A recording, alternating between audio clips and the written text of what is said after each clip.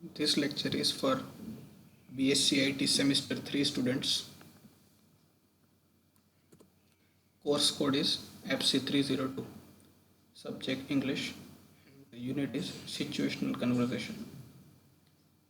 Situational Conversation. તો situational conversion આવો યુનિટનો હેતુ શું છે કે કોઈ પણ સિચ્યુએશનની અંદર આપણે ઇંગ્લિશ લેંગ્વેજનો યુઝ કરીને કન્વર્ઝેશન કરી શકીએ એટલા માટે હોય છે સિચ્યુએશનલ કન્વર્ઝેશન.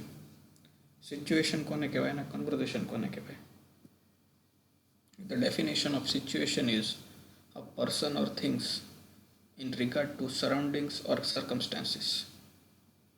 A person એટલે કોઈ પણ વ્યક્તિ or things વસ્તુ in regards to surroundings એટલે આસપાસના સરાઉન્ડિંગ્સના સાપેક્ષમાં અથવા આસપાસના સર્કમસ્ટાન્સીસ એટલે પરિસ્થિતિ. તો જે જગ્યાએ વ્યક્તિને મૂકવામાં આવે છે, જે લોકોની વચ્ચે, જે સંજોગોની વચ્ચે, જે પરિસ્થિતિની વચ્ચે, અને એને કહેવાય છે situation. Any An example of situation is how a person reacts in different environments called situational reactions. Person પોતાના અલગ અલગ એન્વાયરમેન્ટની વચ્ચે કઈ રીતે રિએક્ટ કરે છે, કઈ રીતે જવાબ આપે છે, કઈ રીતે એ સિચ્યુએશનને રિસ્પોન્ડ કરે છે અલગ એન્વાયરમેન્ટને. That is known as situation. હવે જો એ કન્વર્ઝેશન કોને કહેવાય? Conversation is a talk, especially an informal one, between two or more people in which news and ideas are exchanged. Conversation એટલે વાત કરવી ઇનફોર્મલી, બે અથવા બેથી વધારે લોકોની વચ્ચે જે વાતચીત થાય, જે ન્યૂઝ શેર થાય, આઈડિયા શેર થાય, ઇન્ફોર્મેશન એક્સચેન્જ થાય, એને કન્વર્ઝેશન કહેવાય. બે શબ્દોને આપણે છોડી દઈએ. સિચ્યુએશનલ કન્વર્ઝેશન એટલે અલગ એન્વાયરમેન્ટની અંદર, દરેક અલગ સિચ્યુએશનની અંદર, દરેક અલગ પરિસ્થિતિની અંદર જે બે વ્યક્તિ અથવા બેથી વધારે વ્યક્તિ વચ્ચે જે વાતચીત થાય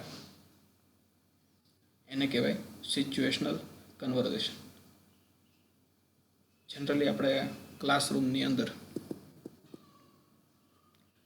આ યુનિટ જ્યારે લઈએ ત્યારે આપણે એવું કરીએ કે બે સ્ટુડન્ટને આપણે એક થીમ આપીએ અને એ થીમના અનુસંધાને એ બે સ્ટુડન્ટે એકબીજા સાથે વાતચીત કરવાની હોય છે ઇંગ્લિશ લેંગ્વેજની અંદર.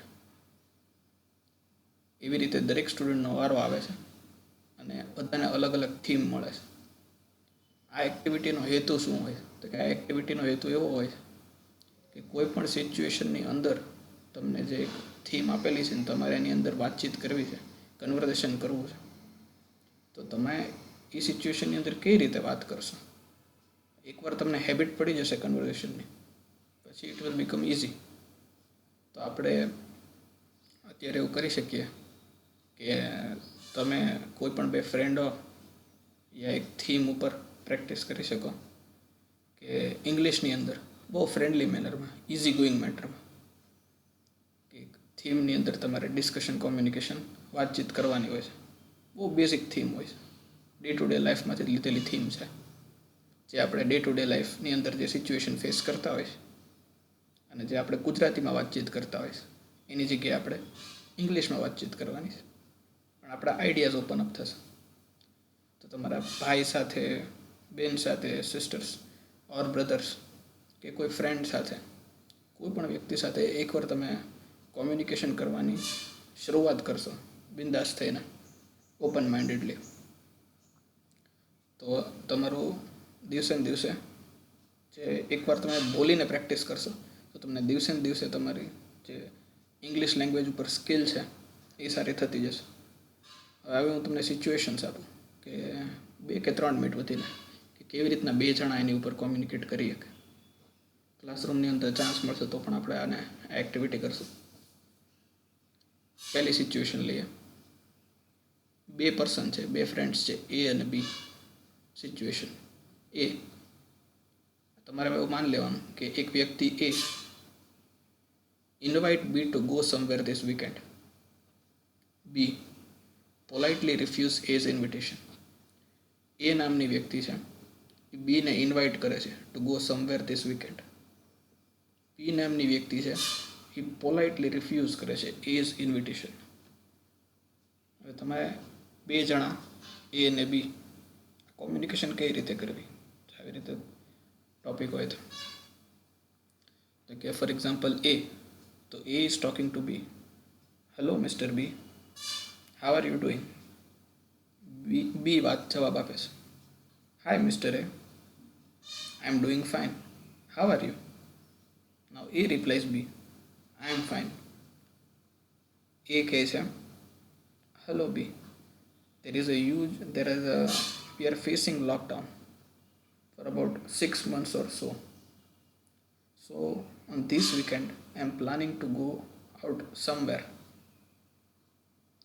Just the lockdown is starting to open up, and I think for a day or two, I need a break and I need to go out of somewhere because from 6 months I am at my home.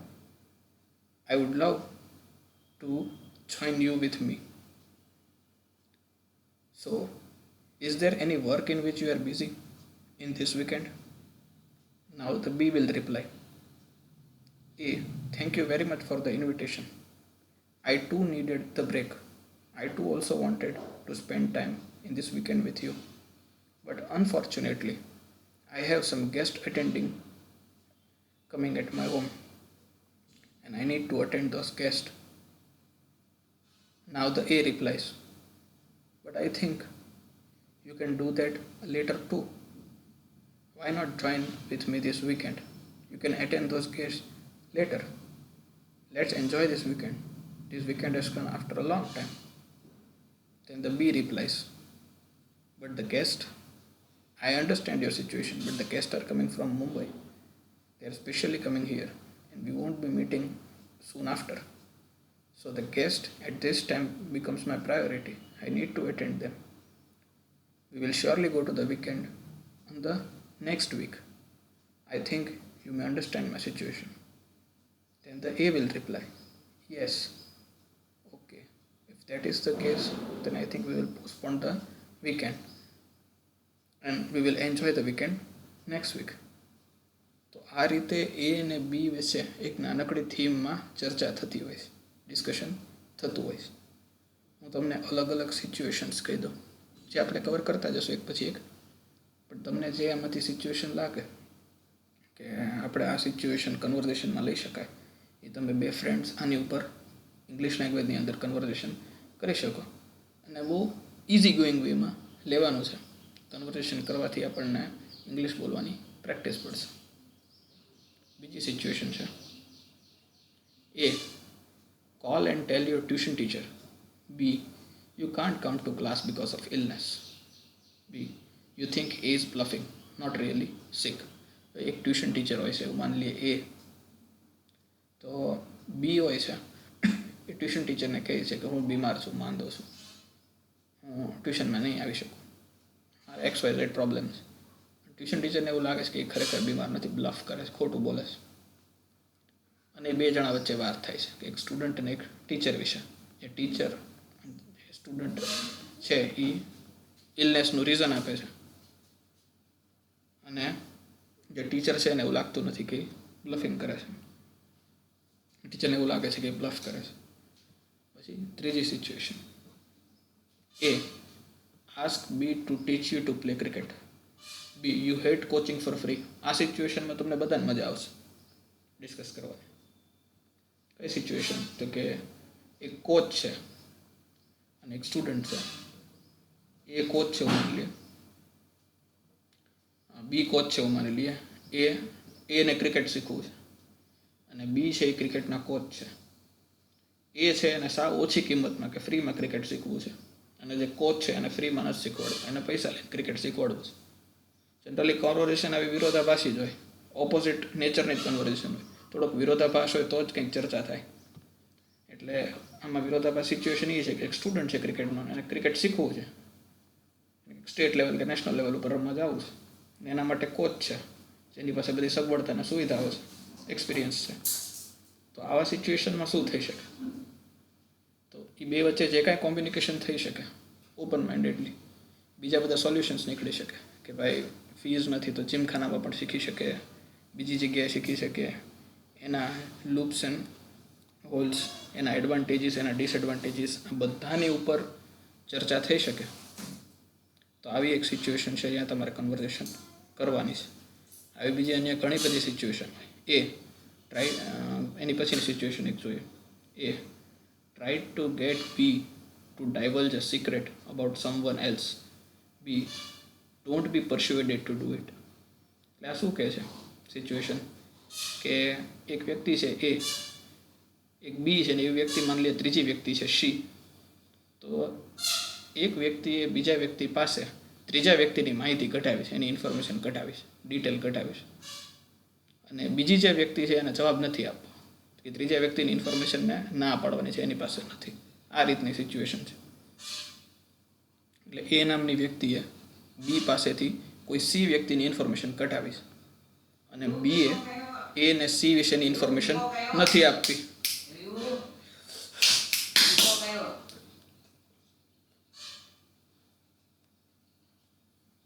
A ask B to give you ride home. એની પછીની situation છે ask B to give you ride home. B as house is out of the way and your time is limited. આ બહુ સરસ મજાની situation છે. આપણે day to day લાઈફમાં વારે ઘડી આવતી હોય. કોઈ એ નામની વ્યક્તિ છે એ બીને કહે છે કે મને ઘરે સુધીની રાઈડ આપ. એ રસ્તા ઉપર ઊભો છે, બી ક્રોસ થાય છે, એને કહે છે કે તને ઘરે સુધીની લિફ્ટ આપ, મને ઘરે મૂકી જા. બી એવું કહે છે કે તારું ઘર બહુ જ દૂર છે અને મારે એની સામેના રસ્તા તરફ જવાનું છે, મારી પાસે સમય મર્યાદિત છે, મારે બીજા એક અર્જન્ટ કામમાં જવાનું છે, તો હું અત્યારે તને લિફ્ટ નહીં આપી શકું. આવું કહે છે. આવું ઘણી વાર રિયલ લાઈફમાં આવી સિચ્યુએશન્સ થતી હોય. તો એમાં કઈ રીતે કન્વર્સેશન કરવું એના ઉપર અહીંયા ડિસ્ક્રિપ્શન કરવાનું છે. આ બધી સિચ્યુએશન્સ તમે કરજો. આપણે ટાઈમ હોય તો લેશું ક્લાસમાં રીતે, જો એવો આપણને ચાન્સ મળશે તો. અને એમાં બહુ મજા આવે કન્વર્સેશન કરવાની. પછીની situation A call and tell B you can't come to the party on Friday. B try to get A to come to the party. It's a surprise party for him, her. A છે A બીને કહે છે કે call and tell B you can't come to the party on Friday. He's calling the B that he cannot come to the party on the Friday, whereas the B says try to get A to come to the party. It's a surprise party for him. એટલે એની જ party છે અને એને invitation કરવાનું, surprise party આપવાનું છે, એને convince કરવાનું છે. અને આ એને કન્વિન્સ નથી થવાનું પાર્ટી આપવા માટે. A call to order a pizza. B wrong number, you sell dosas not pizzas. આ બહુ સરસ મજાની સિચ્યુએશન છે. બી છે એની હોટલ છે, એ છે ત્યાં આવીને પિઝા ઓર્ડર કરે છે. બી એમ કહે છે કે પિઝા નથી મળતા, અહીંયા ઢોસા મળે છે. એટલે એવું સરસ મજાનું કોમ્યુનિકેશન કરવાનું છે કે કઈ રીતના જેની ઢોસા છે એ કઈ રીતના એને કન્વિન્સ કરે કે પિઝા નથી પણ we sell best dosas. So if you do not find pizzas, if you wish to eat dosas, you can always come here. Bluntly ના ન પડ દે કે ભાઈ અહીંયા નથી, જતા રહ્યો, બાજુમાં છે. પણ એની જગ્યાએ પોલાઇટલી એક સોફ્ટ મેનરમાં એને ત્યાં ઇન્વાઇટ કરે, ઇન્વાઇટિંગ કોલ છે. તો આવી સિચ્યુએશનમાં કોમ્યુનિકેશનમાં આપણે એ બધું શીખવાનું છે કે ભાઈ એ ફોન કરીને કહે છે કે પિઝા ઓર્ડર કરવા છે પણ એ ઢોસાની શોપ છે, તો બ્લન્ટલી ના નથી પાડી દેતો, પણ પોતાની પ્રોડક્ટ વિશે એને ઇન્ફોર્મેશન આપે છે, પોતાની પ્રોડક્ટ વિશે એને કહે છે. Is trying to make him the customer. Same goes in the cricket. ક્રિકેટની અંદર પણ બ્લન્ટલી ના નથી પાડી દેતા કે if you don't have please you can't play cricket. He may be inviting for a 2 days free trial. 2 દિવસના free trial માટે પણ બોલાવી શકે, બીજી વસ્તુ પણ ના પાડી શકે. તો જનરલ લાઈફની અંદર પણ આ રીતના એક સોફેસ્ટિકેટેડ મેનર હોય છે કોમ્યુનિકેશન માટેનો. દરેક સિચ્યુએશનમાં એવું જોયું કે એક રીત એ હોય છે કે બ્લન્ટલી બોલ્ડલી ના પાડી દેવી કે આ નહીં થાય, વિરોધાભાસ સિચ્યુએશન છે એટલે. અને બીજો રીત હોય છે કે કેવી રીતના ફાઇન ટ્યુન કરીને વ્યવસ્થિત વચ્ચેનો રસ્તો કાઢીને કોમ્યુનિકેશન કરવી. તો આપણે એ તરફ આગળ જવાનું છે કે કઈ રીતના ઇન્ટરમીડિયેટ કરી અને એક સારી રીતે સમાધાનપૂર્વક આખી ચર્ચા કરવાની હોય છે. એ રીતે આપણે કોમ્યુનિકેશન કરવાનું હોય છે.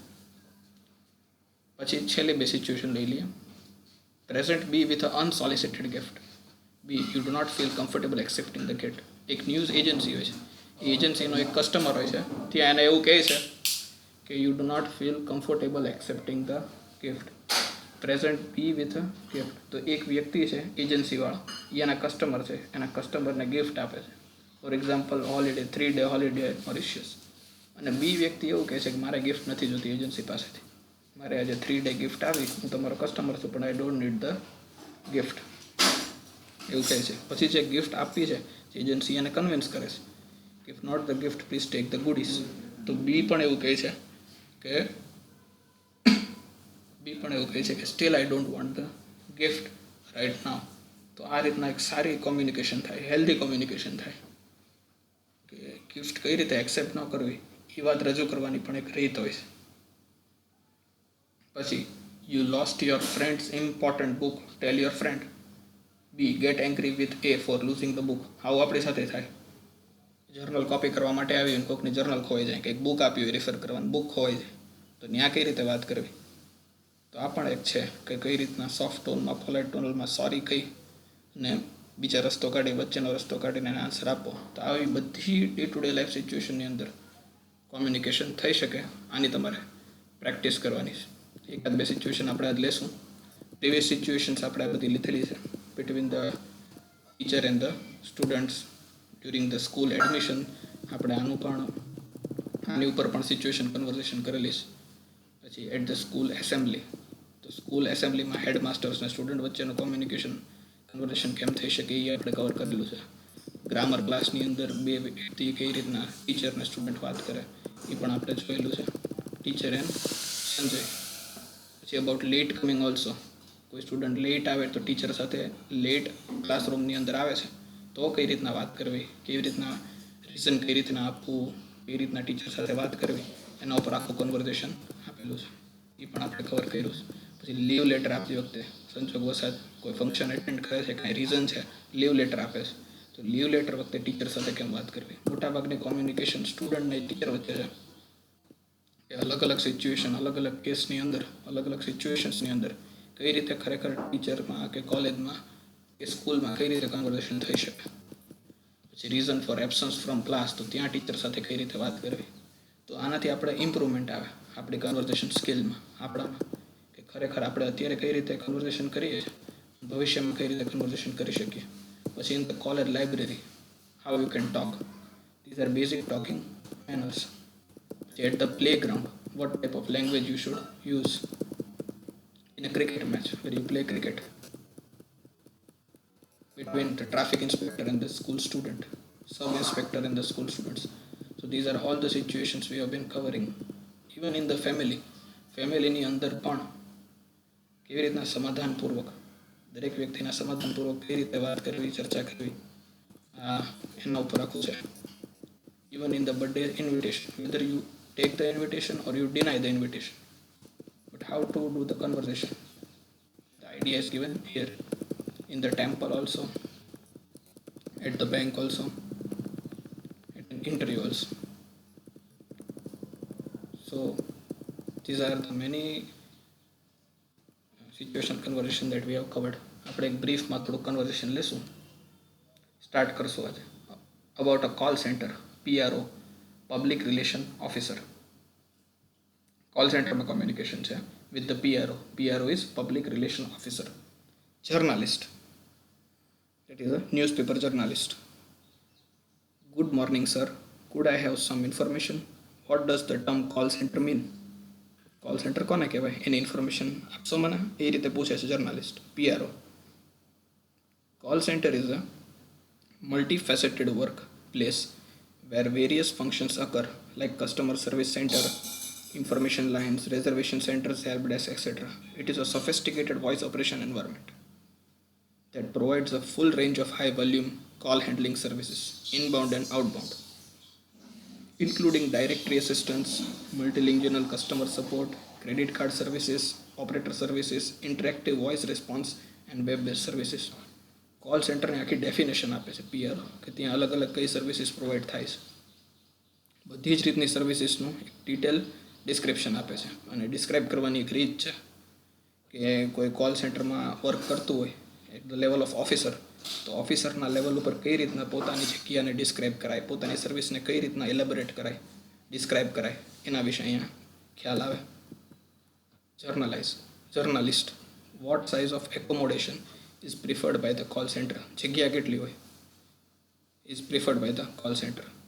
Call center prefer large accommodation depending on their workload and customer base. ઘણી વધારે જગ્યા જોવે in terms of the building or size. ઘણી મોટી જગ્યા જોવે in terms of its customer base, like the Airtel call center or the Vodafone call center, etc. Journalist. How large or small is the call center's workforce and the personal cost? Journalist detailing માં જાય છે. PRO.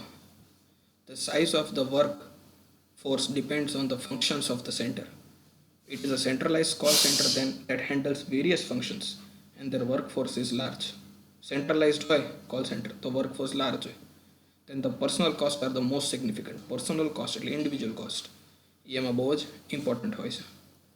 This is how a communication is occurring between the journalist and PRO regarding the call center, regarding the details of the call center.